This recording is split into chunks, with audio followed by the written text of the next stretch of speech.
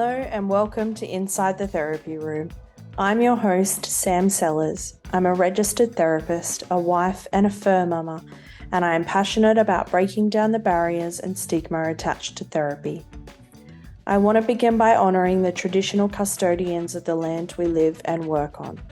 Today, Jane is on Wongal land and Sam is on Gundungurra land. We pay our respects to the elders past, present and emerging, for they hold the memories, the traditions and cultures of our First Nations people. We must always remember that the land below our feet is, was and always will be Aboriginal land. Today's episode is a little bit different. Today I get to talk about my niche, religious trauma. Before I tell you about my guest, let me tell you a little bit about me. I'm currently living and working in windy Goulburn in New South Wales, in my private practice anchored counselling services. I am equal parts professional and compassionate, with a dash of sarcasm and humour that make the therapeutic journey even more relatable and enriching. I also have an incredibly cute and furry co-therapist, Naya. She is a sweet and intuitive cavoodle who loves hugs and kisses. I specialise in three main areas: relationships, the LGBTQIA+ community, and today's topic, religious trauma. I work from a trauma-informed and lived experience stance, and I understand the profound impact that religious experiences can have on individuals. They had them on me. And I am here to provide an accepting and non-judgmental space to explore your inner world. I will be releasing my new workbook, Embracing Queerness and Faith, early 2024, which I am hopeful will bring an internal sense of authenticity and freedom to many. I have asked Jane Kennedy to join me today, my new friend and fellow therapist. Jane is a Sydney-based counsellor. She has lived experience of religious trauma and is committed to supporting people as they leave church and/or faith. She brings language and framing for the complexities of religious trauma to the counselling space, and together we have begun to create a network of other Australian and New Zealand therapists to broaden the knowledge among those working with affected clients. Jane has written her story in an ebook form, The Sentimental Non-Believer, on Loving and Leaving God. You can find that on her website. Her course, Freedom from Religious Trauma, will be available in late 2023. Tune in to hear us share about what religious trauma is, about working with those who have lived through it. We share a little bit about our own stories and the impact on the queer community, what it's like inside our therapy rooms, and what myths we would love to smash about religious trauma. We hope you enjoy joining us inside the therapy room. Welcome, Jane. How you going? Good. I'm excited to be here. I'm excited to have you here. This one is going to be good fun, and I say good fun in that it is not necessarily what will come across as a fun topic, but it's good fun for us to chat about. This one will be a little bit different, I guess, in terms of structure that the other episodes have had. So today we're chatting about our niche, which is religious trauma and everything that sort of falls under that gamut, which is wide and complex and multifaceted. But let's start with how we met, because we are fresh friends. So how about you sort of kick us off with how we met? Yeah, sure. So earlier this year, I was thinking, I honestly think I could count on one hand the amount of therapists working with religious trauma or spiritual abuse, or in the space where people, have left church or walked away from God and struggling. I really think I could count the amount of therapists in Australia and New Zealand on one hand. And so I actually did that exercise, and I think there was about 6 or 7. And so I went and did a bit of a search through some of the counsellors, in Australia, the Facebook groups and things that we're all a part of, the support groups, which are fantastic. They're such good networking spaces. And I found you. And so I got in touch and said, hey, let's be friends. And we've done a lot of hours of talking, and we've I guess shared our stories and the way that we work with clients and the areas of this big topic that we're passionate about. And since then we've started a religious trauma therapists resource group in Australia and New Zealand, and I'm really excited to be broadening that base of therapists who are working in this area. And I think there's about 45 that have joined that group now. So it's yeah, a mixture of a good mixture of people who are already working in that space and people who are wanting to learn more about that space and being able to recognize some of the things that might show up in clients and in Australia otherwise wouldn't have noticed. That's right. And in Australia and New Zealand, as we've talked about with the group as well, the situation, the context is so different. Yeah. The religious landscape in Australia is so different to North America or even the UK. Yeah. And we have our own way of thinking and talking about church and God and religion, and it really deserves its own focus. Yeah. I think whilst we sort of can see the impact that religion has on politics, it doesn't have the same intertwined notion that it does over in the US. And, even just things like the language is different. You always tend to say we don't even use the word evangelical. Very often it tends to be Pentecostal or charismatic. Charismatic. Yeah. So I think even just having language that people relate to more that speaks to their experience is sort of adding to that collective shared experience over on this side of the world. It's much more specific. Yeah, and as we know, there is just so much need and people that are looking for somewhere to go to be able to process it. I sort of decided to pull Jane on for this episode because I didn't want to be sitting here chatting with myself. It's much easier to have a conversation, and the more people that can get into the rooms of helping, of getting help for this area, the better. Tell us a little bit about what religious trauma is. Sure. So if we pull it back a bit, I guess trauma is anything that overwhelms our ability to cope. So it's a response to an event, something happens and it's overwhelming, it's more than we can handle. Could be a one-time event, it could be an ongoing inability to be anchored in safety. And so a trauma response is not the thing itself, it's what happens inside us as a result of the thing that happens to us. And it's an inability to be anchored in safety. So religious trauma then is the inability to find safety within a belief system, a faith context, and or a religious community. And again, it could be the result of a one-time event. And there's certainly, in recent years, we've heard of so many one-time events through the Royal Commission into sexual abuse in institutions, religious institutions, or it could be an ongoing exposure to unhealthy or toxic beliefs and practices. It could be the disconnection that happens from the pain of leaving the community. It's super complex, but it's trauma that has, I guess, a religious foundation or a religious root. Yeah. I love, is it Gabor Mate? Mate, yeah. Yeah. He says that trauma is what happens inside of you, not what happens around you. And so I think it's important that people make that distinguish between the difference, because abuse is not the same as trauma, even though they often get used interchangeably. They are different. But there is what's the word? Trendy? Let's go with trendy.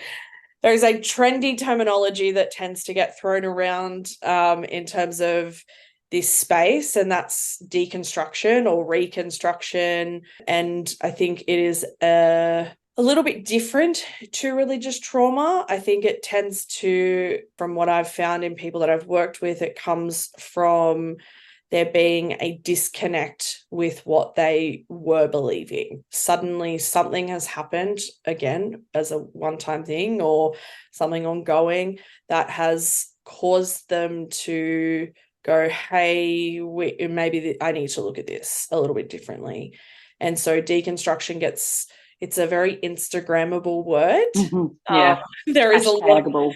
Yes, there is a lot of people on Instagram, on TikTok who are talking about deconstruction.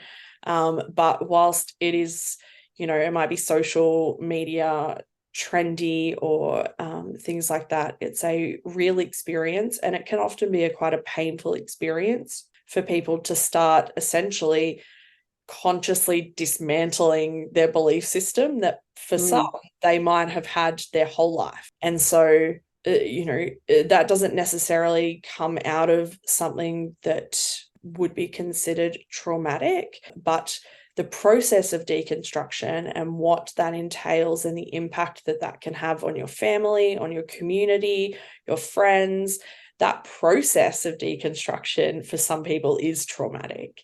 Yeah. So whilst they can be one and the same, they do have different facets about them. And deconstruction, doesn't look the same, I think, here in Australia as what it does in the US. I think the same sort of thing. It just looks a little bit different. The way that it's spoken about is a little bit different. And I think I refer to religious trauma in, I guess, the way I write. And as you know, I've got an online course that I'm developing at the moment, and I refer to religious trauma.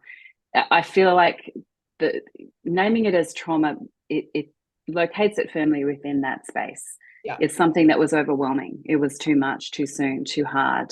We didn't cope. But often we hear spiritual abuse, we might hear church hurt, adverse religious experiences, the pain that comes from leaving a church community. There's lots of different terms for what is essentially the same thing. And I think whatever lands for people is okay. For me, I frame it as religious trauma. Yeah, absolutely. I guess people might be thinking, okay, well, what does that even look like? So, what are some of the things that might get that response for some people? And we know that it looks different for everybody, and what might be traumatic for one is not necessarily traumatic for another, but there can be some common threads. Let's start with that. What might be some of those common threads? I think the common threads can be, it often starts with doubts and questions and cognitive dissonance. So maybe there's a leader or somebody that you really respected who turns out to have been, sexually abusive, or there's been unethical practices or financial misappropriation or other dodgy stuff going on. And that kind of rocks your world a little bit, and the foundations might start to shake. And then, there may be, you might witness things happening to people that are not okay. There might be exploitation of Bible college students, for example, or, volunteers, or people are not treated well. In fact, they're treated really badly. People can have a sense, and this is certainly true for me, that their belonging to that community is transactional. So I'm only valuable here while ever I make a contribution. And if I'm not here, I'm not visible. If I leave, it's as if I was never there. And that can be really, really painful when you realize that a place that you have given your time, your money, your energy, you've, raised your kids, you've met your partner, your best friends, your family's there.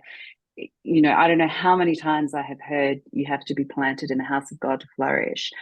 And so you plant yourself deeply, firmly rooted there, but really that belonging was only ever transactional. So it can be you can start to have those sorts of, I guess, realizations, or the lights start to go on. I think one of the first things for me was the concept of hell just became really, really traumatic, like literally traumatic. Yeah. The pain of that, the fear would become overwhelming, not just for myself, but for people that I loved. The idea of a literal hell became something I could no longer countenance. The idea that my LGBTQIA plus friends, couldn't be themselves, the truest version of themselves, and the pain of deconversion practices, and the pain of not being able to marry your partner in the same place that other people can marry their partner. There can be so many different things. There can be, a person that is groomed by a minister. There can be the gaslighting, the spiritual bypassing that happens. There are so many reasons where people start to just feel unsettled and the foundations just start to give way. And so then once that happens, you then go, yep. So what do I do now? Where do I Yeah. belong? Where do I fit? If I don't belong here, then, where is my community? Where are my people? Is God even real? Yeah. And it's like when a kid finds out that the Easter Bunny is not real, they're like, wait, what about Santa Claus? Yes. It's like everything, all the threads just start to get tugged on and the whole thing unravels. Yeah. I can resonate with the hell conversation and concept. One of the first things that I started to sort of unravel my validity, I guess, around the Bible as a holy scripture was the concept of predestination, and that there was just something about the idea that, we are all predestined one way or another to heaven or hell. And I sort of went, well, then what on earth is the point? Like, what is the point of everything in regards to that?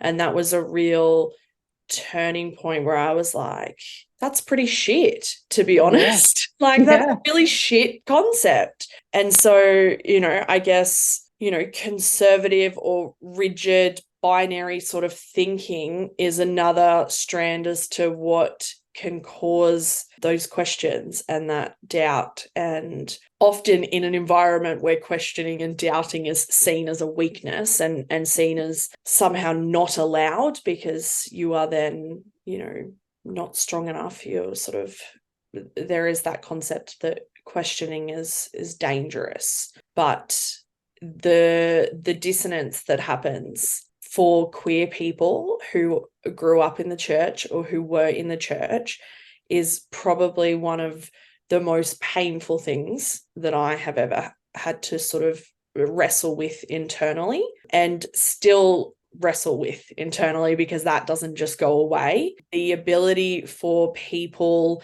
for doctrine, for scriptures to and rituals and belief systems and all of that comes under the banner of organized religion, for that to completely rupture someone's sense of self is excruciating. I think this is probably a good point to sort of say, Jane and I specialize in this area because we have lived it as well.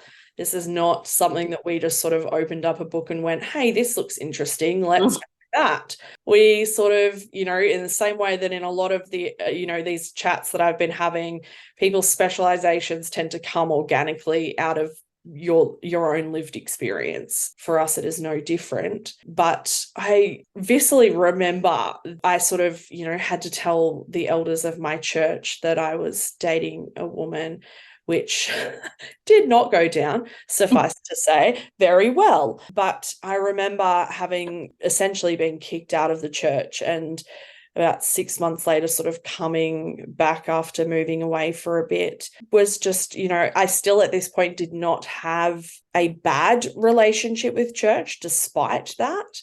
I think I was very much in a little bit of denial.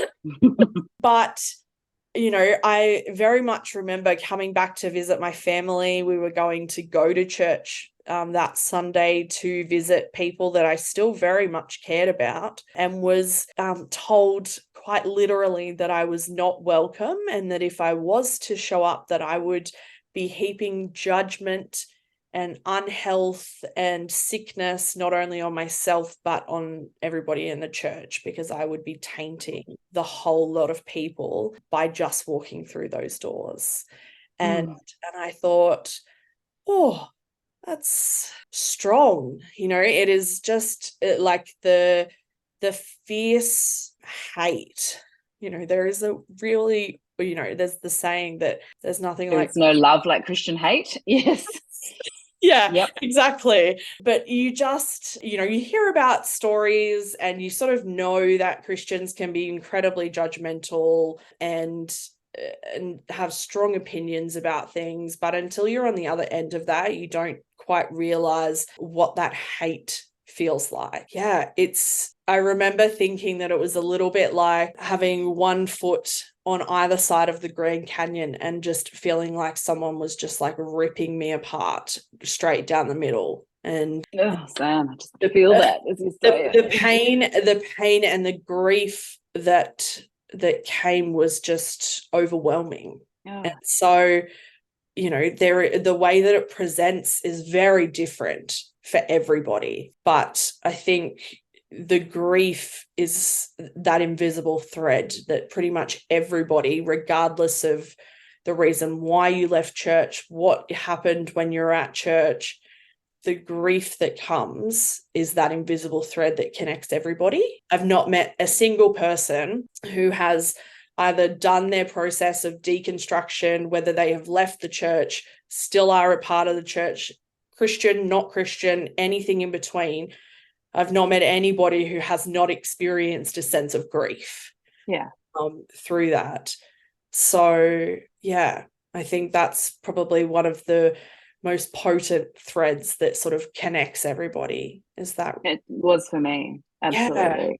Yeah. The grief of losing the community, of losing the magical kind of Disneyland thinking that I grew up with, of that this is this kind of amazing, perfect place, and wanting so badly for it to be a certain way. And also the church I grew up in was big and flashy and successful and shiny lights and amazing music and all of that, well-known leaders all over the world, like all that kind of thing. And so when that starts to kind of unravel and you start to see it's like that scene in The Wizard of Oz where she pulls back the curtain, the dog pulls back the curtain, and Dorothy's just like, whoa. And I think the closer you get to church leadership, the more you see that is, that there's a little guy kind of just making it all happen. But that was devastating to me, to start to see the chinks in that armor. I've been part of 3 churches over a course of maybe 30 years, or maybe 25 years. And each one of those churches, the closer that I have come to the core of the leadership, quite honestly, the uglier it's been. And that was devastating. And I didn't see a lot of it at the time either. And the more I look back on it now, I just think, and you develop a critical mind, you start to think differently and see differently and have experiences outside of the bubble. And then there's that grief of, how could I have been so stupid? And you feel dumb, you feel duped. You just think, how could I have been a part of that with my time and my money? But we want belonging, and we trade just about anything for belonging. So I think there's a grief of that. And then for me also, after leaving church, I still maintained my faith. But then after a time, I just found I couldn't. I just found that the label Christian had too much baggage, and that it was too connected. The way that I had known God was too connected to my experience of those churches. And so then I grieved God. There's times now when I still feel that sadness. I still just go, I lived with this intimacy, that sense, that being that is just so close. And I grieved that as I have grieved, a pet or a loss of a friendship, or, like, it's real grief. It was my whole worldview. And I did some study into religious trauma recently and read a paper by Michelle Punchuk, and she talks about the shattering of the self, and that I experienced that. And I think it's interesting, because I think the thing for me, it's not when people do dumb shit, you can forgive it, you can work with it. If there's not much that somebody could do that you wouldn't be able to work with, if there was acknowledgement and honesty and transparency and a sense of responsibility, accountability. I messed up. That shouldn't have happened. I made a mistake. We're going to rethink this whole thing. We're going to do everything we can to make this church a safe place. We're going to open up our books and show you our finances, like whatever it is.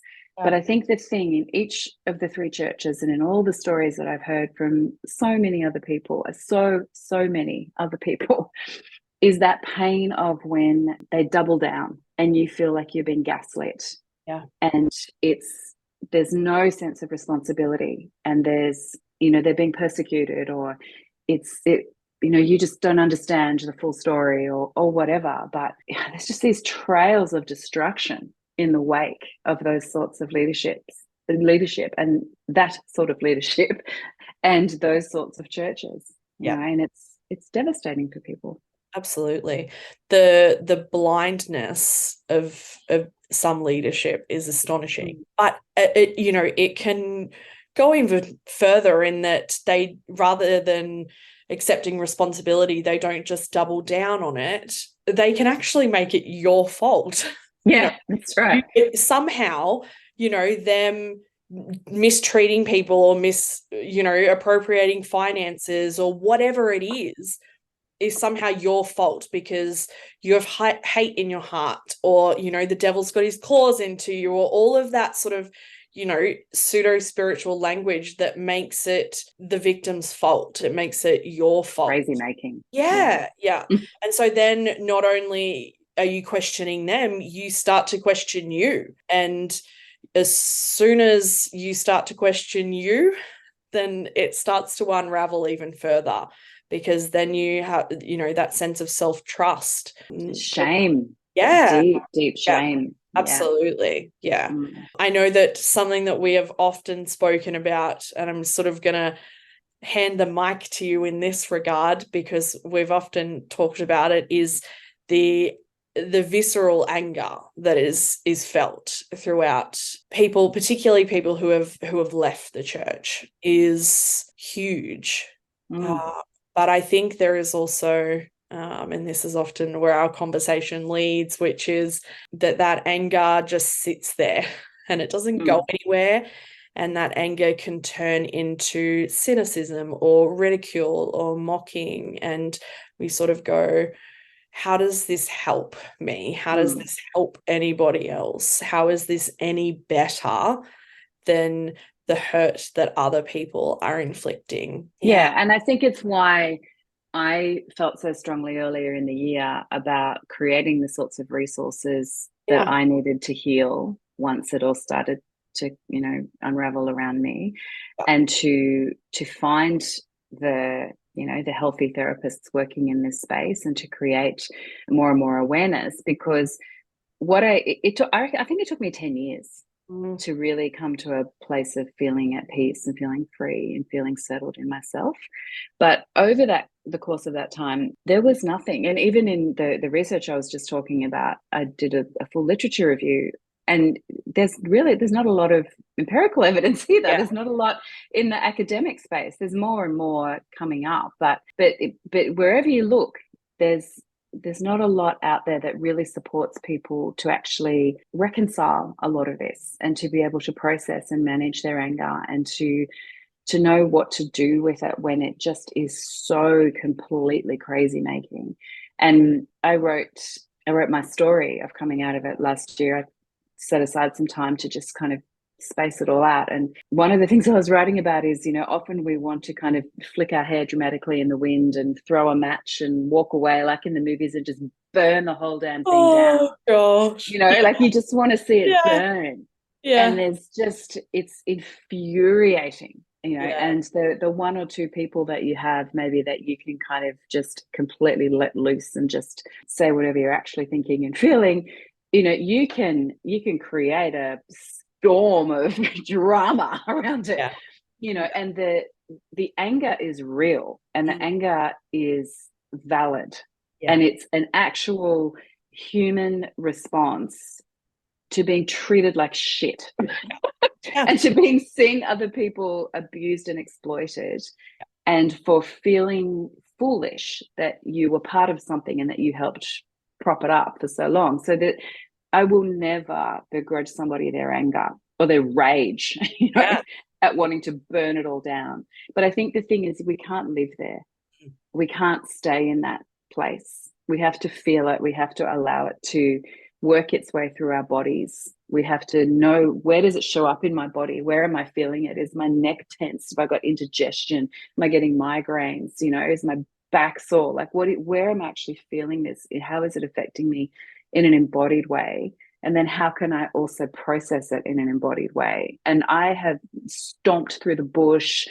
I have I don't run, Sam, but Oh, like I've on my walk sometimes I'll just run for like 100 meters and just, I'll oh, ride my bike really fast. I'll do oh. whatever I've needed to do to Yeah. process that anger. But I think on social media, I see a lot of that stuff, and I have a giggle sometimes. Yeah. Like you watch some of the memes, they're funny, Yeah. but we can't.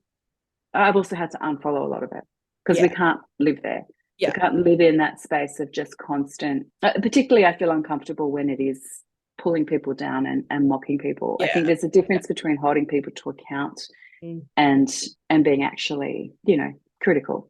So I Yeah. think it's a nuance. It's a dance for me Yeah. still when I feel angry.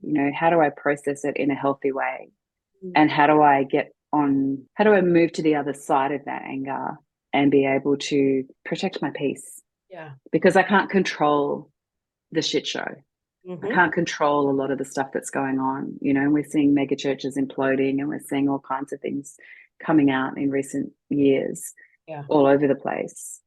We have no control over any of it. And all we do have control over is, I guess, how we protect and tend to our own hearts Yeah. and find freedom. Mm. Yeah. I think I also, follow a lot of those accounts. And I think for me, I need to balance that. I need to balance those sort of funny, humorous posts with content that is helpful for me as well. Because if that's your only input that's coming in, it changes your output.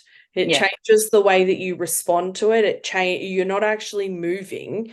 It's like like that game Stuck in the Mud. Mm. Like, did you ever play that? Yeah. Yeah. Like it just reminds me of like that game where you're like stuck and you can't move and you're just waiting for somebody outside of your control to release you from that position.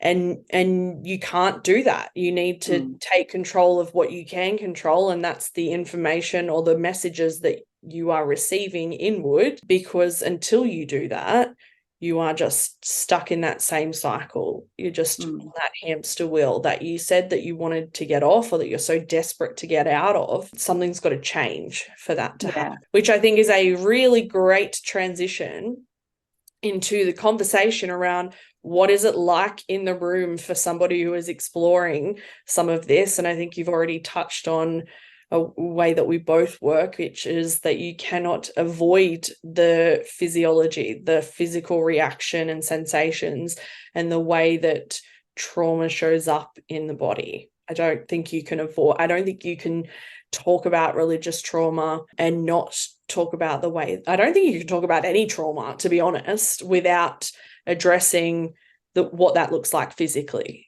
for you. Whatever we feel, any emotion we feel, we experience it in our bodies. Yeah. It's not happening somewhere else.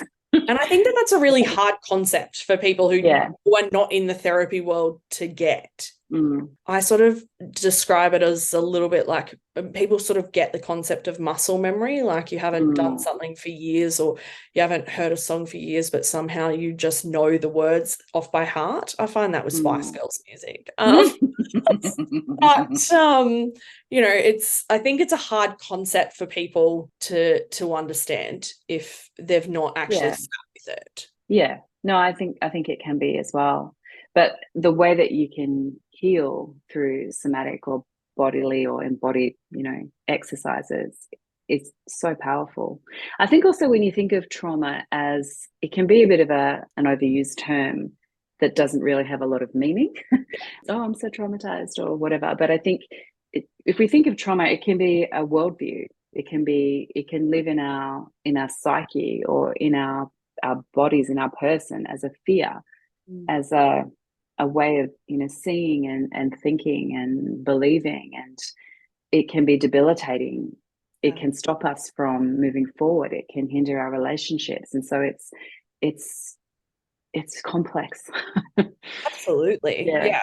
And I think, particularly with religious or spiritual trauma or anything in this sort of world, I think you can't avoid the spiritual realm just because that's hurt you, or something in that world has hurt you or has been traumatizing. It can't be avoided because it's the part of you that you sort of, I think it was one of the things that I was really afraid of, was sort of, I don't want to talk about my spiritual life because my spiritual life holds a lot of grief at that, I just baggage. yeah. And I was so afraid of it. I was like, this is what's caused so much pain. I'm not looking at that. I can't look at that.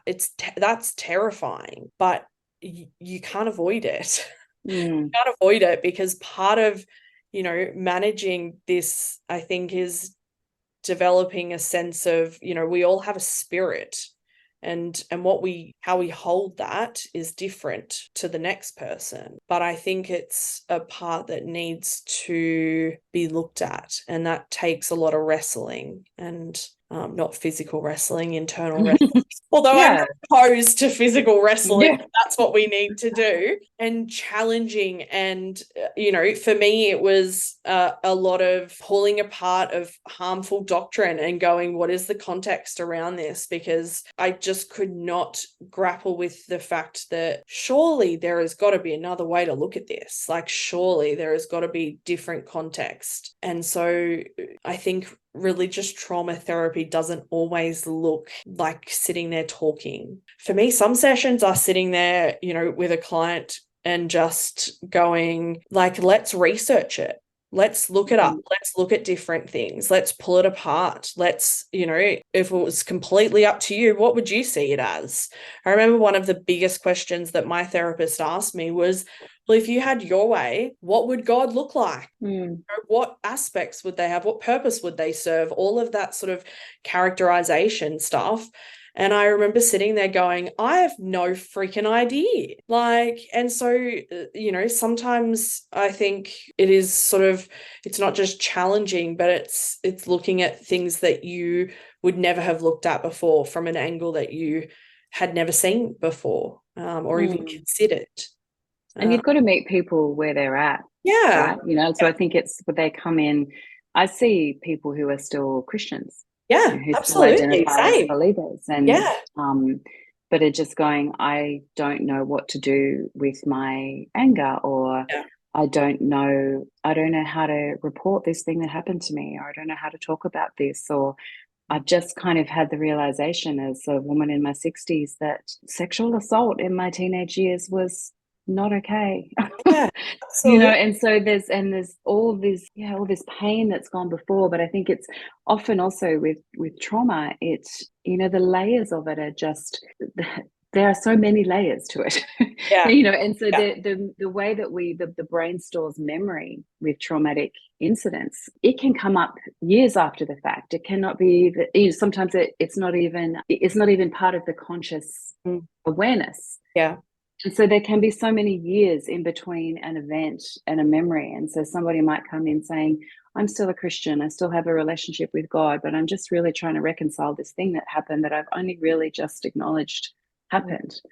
And how do I process that? What do I do with that? So I think it's just meeting people wherever they're at. I had someone come in last week who told me about, exploitation, as a volunteer. And they just told me about this really awful set of circumstances that happened over a prolonged period, and then looked at me and went, is that legit? Like, am I like, is that a legit reason to be in counseling?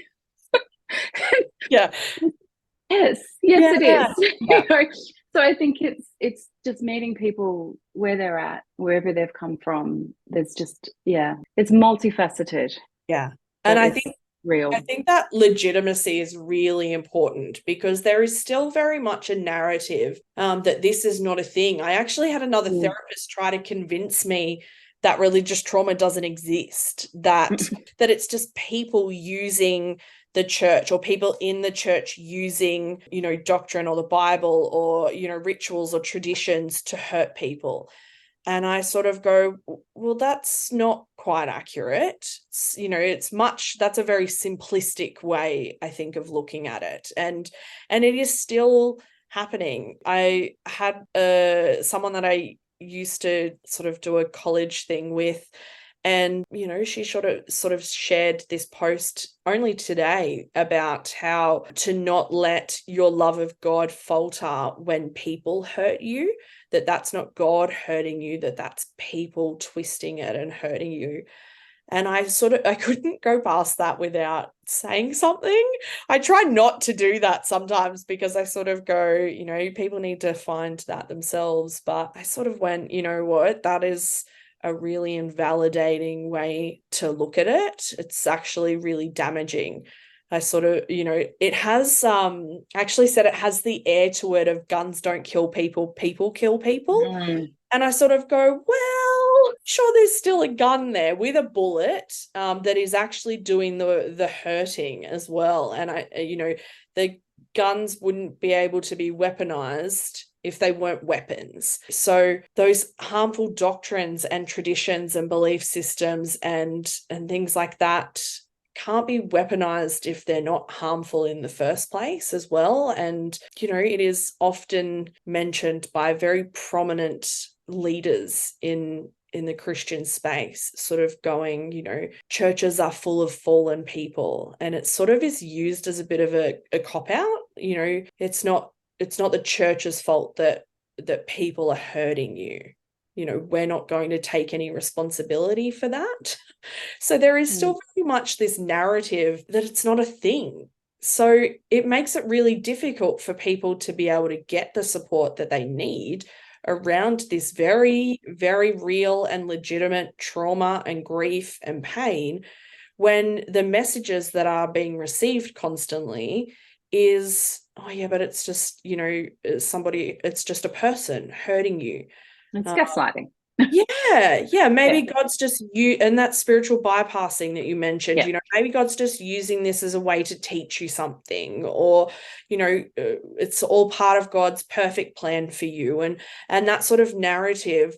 Whilst there is nothing inherently wrong with believing that, we don't then use that as an excuse to bypass people's hurt and people's pain. And so that toxic positivity, I think, is crazy making as well.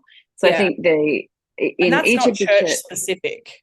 No, but it is characteristic of church as an institution generally, that and of course there are exceptions, and you and I are not anti-church, and we know not at all. Of healthy churches and healthy denominations that are doing whatever they can to be safe and accountable.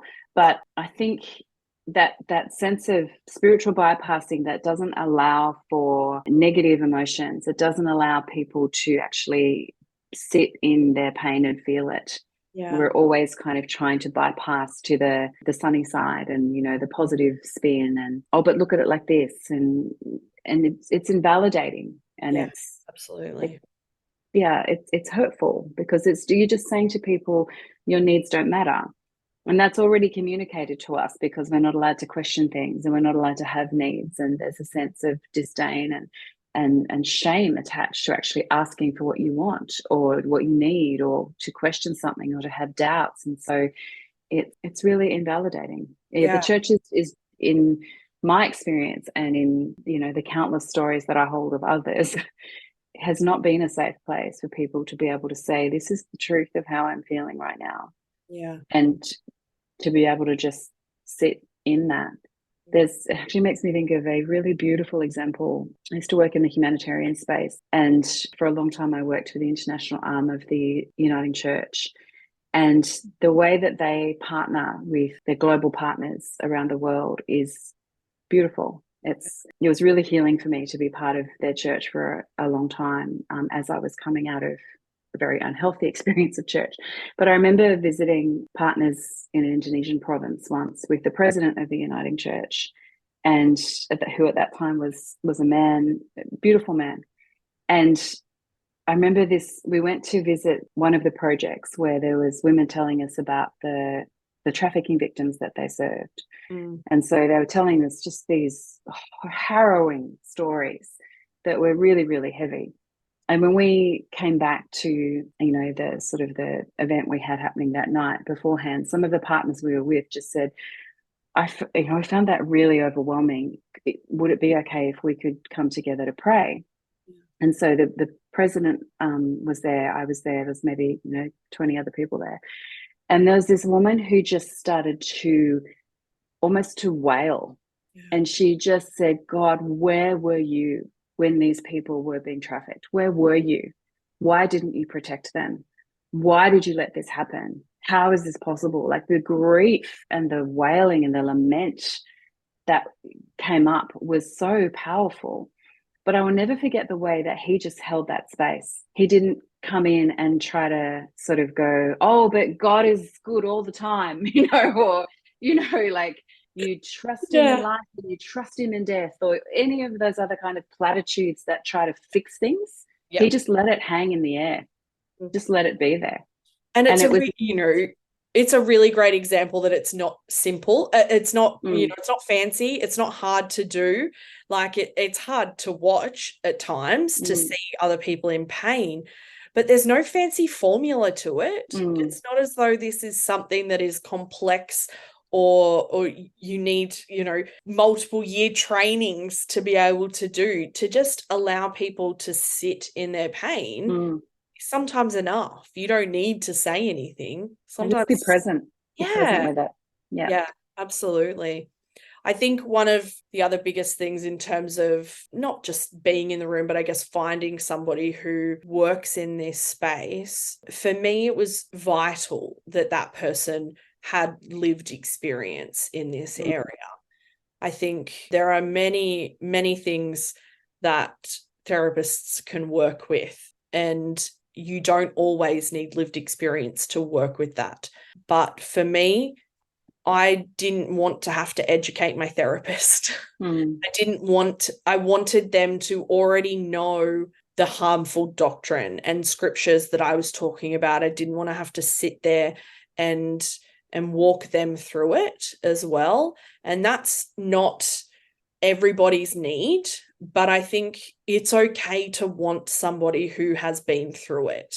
Obviously, you want them to be trained. We've had many a conversation about this. You also want them to be well trained, because we know that lived experience is not enough. I think it's such a crucial aspect, which I think is why the group that we've created has been really great, because it's just a bunch of really well-trained, great people and great therapists in their own right. And this is just a part of their story, but it means that they are seeing it through a different lens than somebody who had maybe never have stepped foot in a church before and would not understand some of the terminology, even just on a really simplistic surface level, some of that terminology that you're talking about. So I think that that's a really important aspect for people to feel like it's okay to want to find somebody who has walked that path as well.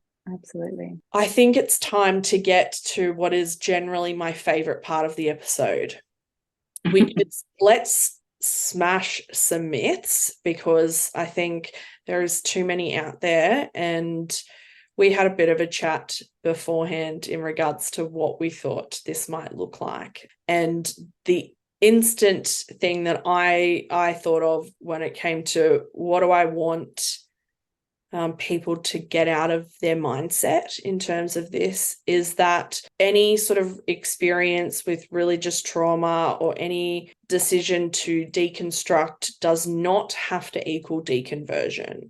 You don't have to leave the church. You don't have to leave your beliefs behind. You don't have to do anything. The point is to explore. And it doesn't, that black and white thinking, so to speak. You want to allow for the grey. So I think there is that assumption or that myth that if you are deconstructing that you have walked away or lost your way. But that's not everybody's experience. There are people like, I think you said it in one of our many emails that go back and forth, that, you can be a Christian and not go to church. And, it's so much more complex than that. It's not a this equals this scenario. Yeah. And there can be healthy faith spaces. Yeah. There can be people still going to church that are, you know, allowing their beliefs to unravel, and it takes a couple of years and maybe they stay and maybe they go. The idea of looking at the impact of faith or church, even starting there and just being allowed to look at the impact it's had on your life, particularly the older you get or the longer that you've been in it, Yeah. is that permission giving is often what allows people the freedom to explore and to question. And so I think in the therapy space, in the room, in the online room, in my case, Yeah. it's really about that. Yeah. It's permission to bring whatever it is you need to bring. I don't, I'll meet you where you are. You don't have to go from church pastor to atheist. It's not about the binaries that we're so used to living within Yeah. in fundamentalist and conservative churches and belief systems is what I think people still in it assume happens outside of it as well. Yeah. I don't know how many times one of my former pastors actually made a tweet about it not so long ago. I don't know how many times I have seen people still in it who will say, well, they can't really have known God. Yeah. They can't really have been committed. And it's one of the things that has made me just want to scream at times, because I could not have been more committed. My relationship with God was the most important thing in my life. It informed everything I did.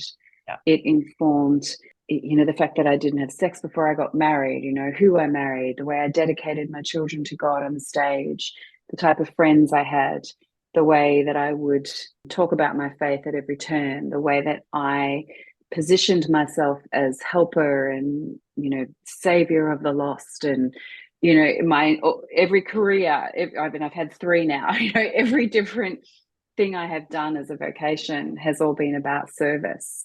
It was everything. It was the entire fabric of my being, which sounds dramatic, but it was my whole identity. Yeah. And so to walk away, it is absolutely devastating. And I think the way that people come back from it is unique to their story. It's unique to them. And there is no expectation, certainly in the therapy space, that they be anything other than, who they are right now on that journey of whatever that looks like. And then if that ends up at atheism and all out, Yeah. activist, whatever, accountability, whatever it might be, holding the church to account, or somewhere in between, yeah, that's okay. Yeah. There's no expectations. And I think it's probably an important note to make that this is not just specific to Christianity. Like, deconstruction or religious trauma is not Christian specific. It's just our stories are from a Christian perspective. So it's what we know. But, I've had Mormon clients and, there are a wave of people online who are coming out of Islam or Judaism. And so it is Jehovah's not, Witness. Jehovah's Witness particularly. And so it is not Christian specific. It is just that's where our stories are. And so it's the language that we naturally speak.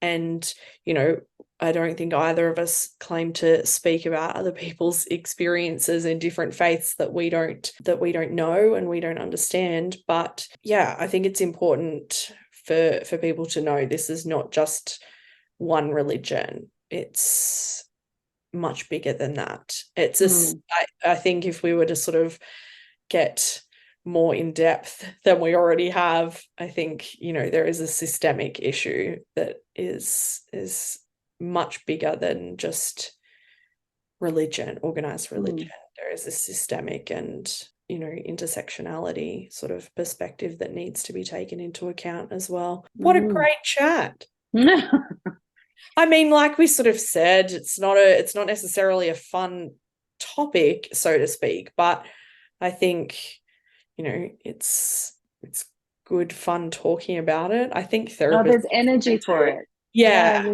we love it. And I have energy Yeah. for it because I have it's such a tender space for me, Yeah. and I just want people to know that they can be free, and to work towards whatever I can to create the spaces and resources and connections and networks to be able to do that. So, yeah. And I mean, by the time this probably comes out, we will have been knee deep in it, but we are about to launch a support group Yes, called we are. Reformation for those in Australia and New Zealand, which I think is going to be a really needed space. I think Mm, that intention for people to be able to ask questions, to just be that space where their voice can be heard and their voice can be believed and not, invalidated, I think is going to be a really wonderful space. yeah. I think it's so terrifying to even just say things out loud sometimes Yeah. when you start to doubt and start to question. So yeah, I'm really looking forward to opening that up. And also, as we've talked about with the therapist resource group, to be able to share some of their resources and point people to, people like Meg McGowan in New Yeah. Zealand, who's working with, purity culture and sexual freedom. And there's so many fabulous people in that group whose resources we can share as well, and just start to create at a, Australia, New Zealand kind of centric Yes. platform. Is that the right Absolutely. word? Yeah. But I don't know, space for people. Yeah. Whatever the term is, it's going to Yeah. be great.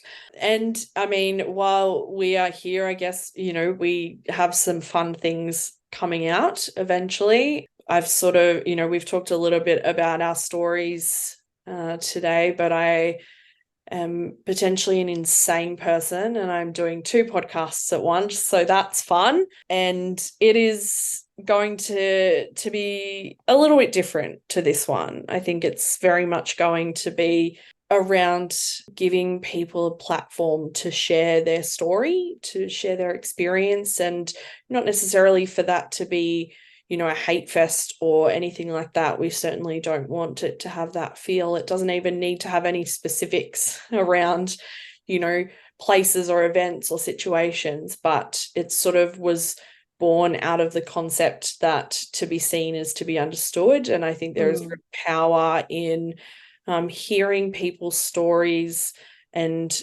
for you to feel seen and for you to feel validated and acknowledged and heard through somebody else's story. And so my dear wife is going to be joining me on that. We'll obviously share more of our story throughout it, but we're going to get wonderful people like Jane back again to share more about their story, and I think it's gonna be really great. That's not going to be Australia and New Zealand specific, which means that we are going global, which is great because I think that despite the differences, there are still a lot of similarities as well in terms of experience, in terms of feelings, and the way that trauma manifests in people. So you've got a course coming out eventually.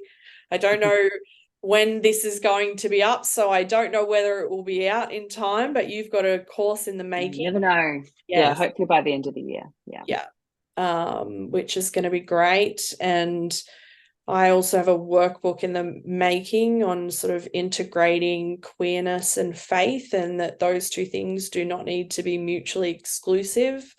Very much just, I guess, working on just even reflecting about that. You don't need to come to any sort of decision, but the process of reflection and exploration and curiosity is sometimes enough. I am very much sitting in the grey in terms of spirituality, and I'm okay with that because I think coming from a very rigid conservative church, openness and curiosity and exploration are all the things that I were not afforded the luxury of in that space. And so I think being able to have that, even if it is a self-paced workbook, is going to, I hope, be very valuable to people. So I think there is exciting things happening on this side of the globe in terms of people and resources and places for people to go. I think it's exciting. Yeah, me too.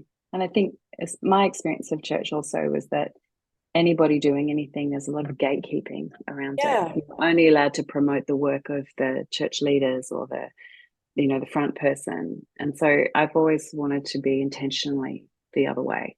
I want to support everyone doing good stuff and share the love. Yeah, absolutely. I agree. And on that note, I think we've talked enough. We have. But I hope that, with all of these episodes, I just hope that people land in the rooms, whether they be physical or virtual, that they need to land in with the people who have the skills, the knowledge, and the experience to work with them in an effective way, so that their therapy experience, whether it be their first or their 10th time, is a positive one. I think that's what I whenever somebody walks through my door, I just want them to feel valued and to feel seen. And so I think if we can get more people through the door having positive therapy experiences, that's going to trickle through generations. And all of a sudden, we have generational healing, not just generational. Beautiful. Thank you so much. It's my pleasure. It's been wonderful. Good to chat. We hope you enjoyed joining us inside the therapy room. Thanks for listening.